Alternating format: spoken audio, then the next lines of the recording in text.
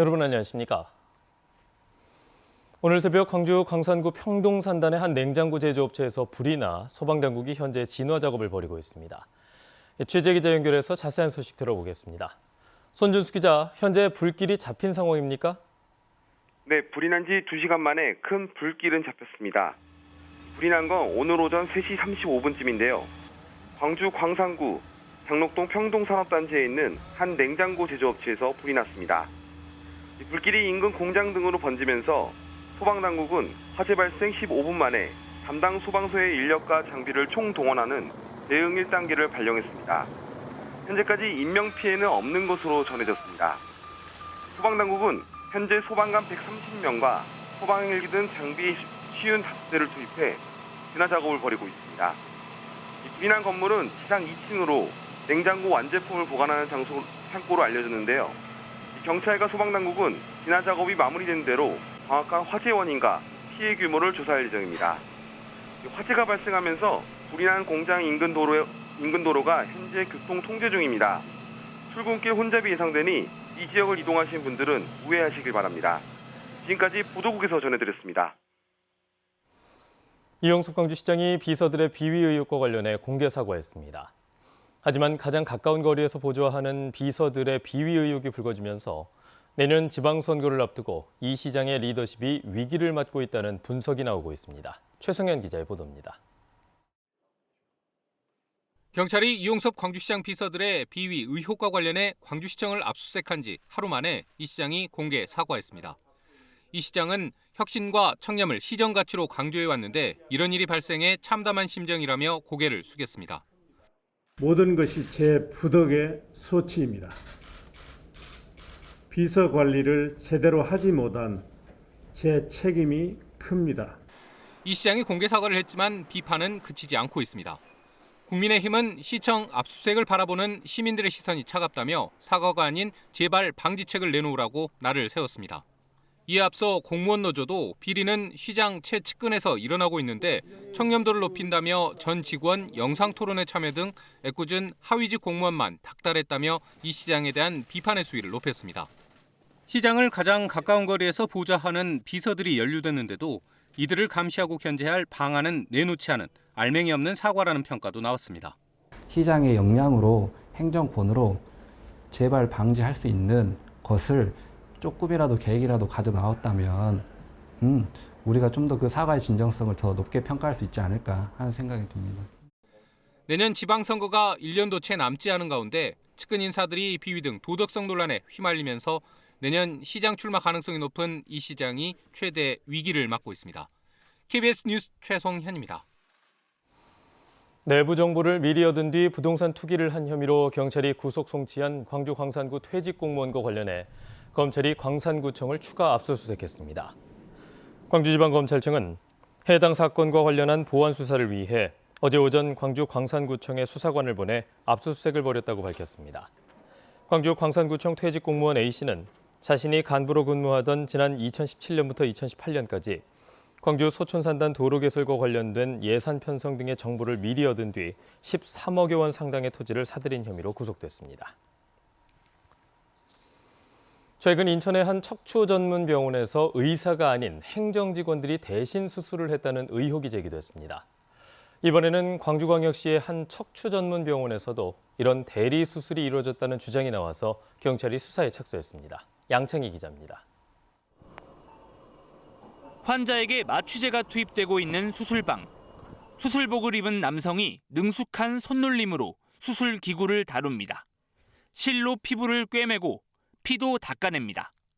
비슷한 시기 촬영된 다른 영상에도 같은 남성이 수술을 하고 있습니다. 하지만 경찰은 이 남성이 의사가 아닌 것으로 보고 있습니다. 이른바 대리 수술이 이루어지고 있다는 겁니다. 광주의 한 척추 전문병원에서 오랫동안 일한 한 의사는 이 병원에서 의사가 아닌 간호조무사가 수술하는 일이 장기간 벌어졌다고 주장합니다. 2018년부터 대리 수술 관행에 문제 제기를 했지만 해결되지 않았다고도 말합니다. 경찰은 이 같은 제보를 받고 병원을 압수수색하는 등 수사에 착수했습니다. 경찰은 2018년 당시 8개월여 동안 촬영된 관련 영상과 사진을 다수 확보했고 영상 속 인물의 신원을 특정했다고 밝혔습니다. 해당 병원 측은 의혹을 강하게 부인하며 법적 대응을 하겠다고 말했습니다. 수년 전부터 수술실 입구, 그다음 수술실 복도 저희가 이제 CCTV를 선제적으로 설치를 해서 계속 그걸 녹화를 하고 있습니다. 그런 것들이 이제 저희의 그 결백을 입증을 해줄 것 같고요. 경찰은 병원 직원 3명과 의사 3명을 의료법 위반 혐의로 입건하고 병원 측의 반론도 조사할 계획이라고 밝혔습니다. KBS 뉴스 양창입니다. 나주의 어린이집과 유치원에서 장출혈성 대장균 감염증 집단 발병 사례가 확인됐습니다. 모두 6명인데요. 보건당국이 해당 어린이집의 등원을 중지하고 긴급 역학조사를 벌이고 있습니다. 보도에 김혜린 기자입니다. 전남 나주에 있는 어린이집입니다. 놀이터가 텅 비어 있습니다. 지난 4일 이 어린이집에서 장출혈성 대장균 감염증 첫 환자가 나왔습니다. 복통과 설사로 병원을 찾은 어린이집 원생 1명이 장출혈성 대장균 감염증 환자로 확인된 겁니다. 이후 이 어린이집에서 3명, 가족이 다니는 유치원에서 2명 등 현재까지 모두 6명이 감염됐습니다.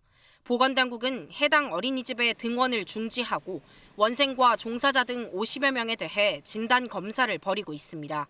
또 아이들이 먹었던 음식과 조리 도구 등에 대해 역학 조사를 진행 중입니다. 장출혈성 대장균 감염증은 나이가 어릴수록 합병증으로 진행될 가능성이 크고 형제나 자매 등을 통해 연쇄 감염이 확산할 수 있어 보건당국이 긴장하고 있습니다. 나주시 전체의 어린이집하고 연계될 수도 있는 부분이 있습니다. 그래서 이 부분에 대해서는 저희가 역학조사를 이제 신속히 실시해서 이 질환이 더 이상 확산되지 않도록. 대장균에 감염돼 출혈성 장염을 일으키는 이 질환은 대장균에 오염된 식재료나 물을 통해서 감염되고 사람 사이에도 전파될 수 있습니다. 지난 5년간 발생한 장출혈성 대장균 감염증의 환자 절반 이상이 여름철인 6월과 8월 사이에 집중됐습니다. 여름철엔 더운 날씨와 높은 습도로 균이 번식하기 쉽기 때문에 각별한 주의가 필요합니다. 보건당국은 손 씻기 등 위생 수칙을 준수하고 안전하게 조리된 음식물을 섭취해달라고 당부했습니다. KBS 뉴스 김혜린입니다.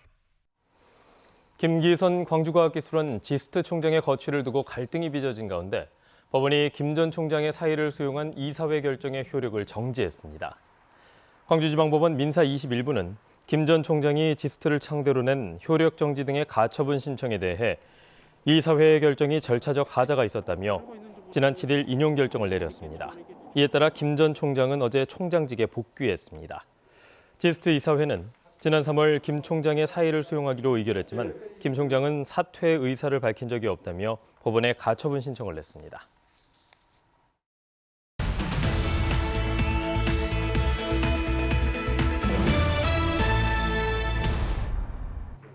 재단법인 순천시 인재육성 장학회가 순천시 인재육성을 위한 후원금 전달식을 열고 세무사와 산림조합 등의 후원금을 전달받았습니다. 지난 2001년 설립된 재단법인 순천시 인재육성 장학회는 학력 신장과 특기자 그리고 외국인 유학생 등 현재까지 2,200여 명에게 18억 원 이상의 장학금을 지급했습니다. 광주은행이 신광은 명장제도를 통해 선정된 22명의 상반기 세일즈 명장 직원들의 시상을 진행하며 영업력 강화에 대한 각오를 다졌습니다. 신광은 명장제도는 직원의 영업활동을 신뢰성 있는 지수로 평가해 포상하는 광주은행만의 특색 있는 제도로 반기 단위로 세일즈 명장을 선정하고 연말에는 세일즈 명장을 후보로 광은 명장을 선정합니다. 전라남도와 장흥군 그리고 국립나주병원과 원광대학교가 전라남도 마음건강치유센터 설립을 위한 협약을 체결했습니다. 4개 기관은 협약을 통해 코로나19 우울감과 스트레스 치유를 위한 마음건강치유센터의 안정적이고 효율적인 운영을 위해 상호 협력할 예정입니다. 조선대학교가 대한상공회의소 광주인력개발원과 지역 청년층의 취업 활성화 지원체계 구축을 위한 업무 협약을 체결했습니다. 두 기관은 이에 따라 청년 디지털 일자리 사업과 직무특강, 자소서 작성 등 지역 청년들의 진로와 취업, 창업을 위해 다양한 프로그램을 운영할 방침입니다. 지금까지 단신 브리핑이었습니다. 어제 오후 6시를 기준으로 코로나19 신규 확진자가 광주에서 6명, 전남은 2명이 나왔습니다. 광주에서는 기존 확진자와 접촉한 4명과 감염 경로가 확인되지 않은 2명이 확진됐습니다. 전남은 목포 달리도에서 양파 수확 작업을 하던 확진자와 접촉한 1명과 순천 조례동 유흥시설 연관 확진자 1명이 추가됐습니다. 목포 원예농협 직원들이 전기요금 장부를 허위로 작성해 1,000만 원대의 공금을 횡령한 사실이 자체 조사에서 적발됐습니다. 목포 원예농협은 직원 A씨 등 3명이 지난 2019년 6월부터 지난해 10월까지 공판장 전기요금 장부를 허위로 작성해 공금 1,700만 원을 횡령한 사실을 확인하고 이들로부터 횡령액을 반환받았다고 밝혔습니다. 농협이 전남 쌀의 벼 품종을 100% 국산화하겠다고 선언했습니다. 농협 전남 지역본부는 어제 한평군 엄다면 들녘에서 김영록 전남지사 등이 참석한 가운데 전남 쌀 종자 주권 독립 행사를 열어 전남 지역의 대표 품종인 새 청무로 벼 품종을 100% 국산화하겠다고 다짐했습니다.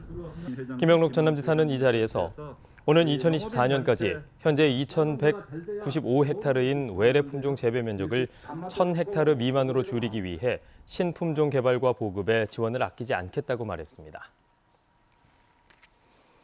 광주시가 광주시 의사회와 산부인과 등 지역 의료계와 업무 협약을 맺고 아이 낳아 키우기 좋은 광주 만들기에 상호 협력하기로 했습니다. 이를 위해 협약 의료기관에서는 광주시가 추진하고 있는 생애 주기별 지원 정책 안내서를 의료기관 방문자에게 제공하고 통합정보 플랫폼인 광주 아이 키움을 적극 홍보할 예정입니다.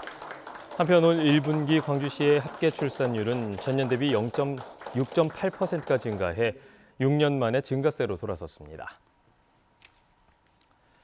상무소극장을 복합문화공간으로 조성하는 문화재생 사업이 탄력을 받게 됐습니다. 광주시는 상무소극장 재생 사업이 중앙투자심사를 통과함에 따라 2024년까지 438억 원을 들여 상무소극장 연면적 11,000여 제곱미터의 전시 체험시설을 갖춘 복합문화공간으로 조성할 계획이라고 밝혔습니다.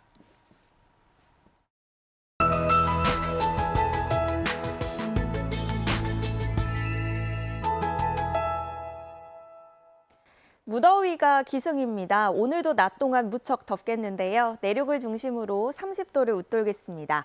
광주와 곡성은 32도, 담양은 무려 33도 등 어제와 비슷하거나 조금 낮은 정도고요. 해안 지역도 25도 이상으로 여름 더위가 찾아오겠습니다.